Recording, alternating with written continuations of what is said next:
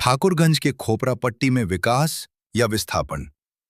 ठाकुरगंज के खोपरा पट्टी में बिहार सरकार की जमीन पर दलित, पिछड़े और गरीब वर्ग के करीब 50 से अधिक परिवार पिछले 60 वर्षों से रह रहे थे। पीढ़ियों से बसे इन परिवारों का जीवन यहीं से जुड़ा हुआ था। लेकिन अब उसी जमीन पर अशोक सम्राट भवन के निर्माण के नाम पर इन गरीब परिवारों को उजाड़ दिया गया। सवाल यह उठता है कि क्या यही विकास का मॉडल है जिसमें सबसे कमजोर लोगों को ही हटाया जाए? इन परिवारों की आमदनी का जरिया सिर्फ मेहनत मजदूरी है। ऐसे में बिना किसी वैकल्पिक व्यवस्था के उन्हें बेघर कर देना उनके जीवन को पूरी तरह संकट में डाल देता है। अगर सरकार को निर्माण कार्य करना ही था तो पहले इन परिवारों के पुनर्वास की व्यवस्था करनी चाहिए थी। उन्हें जमीन या पक्का मकान उपलब्ध कराना चाहिए था।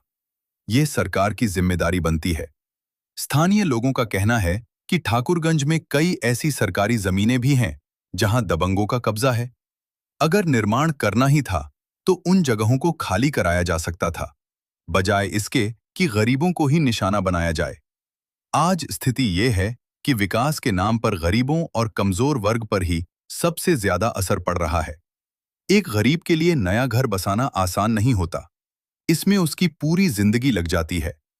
सरकार से सवाल है, क्या गरीबी हटाने के वादे सिर्फ कागजों तक ही सीमित रहेंगे या फिर वास्तव में गरीबों के अधिकारों और सम्मान की रक्षा की जाएगी?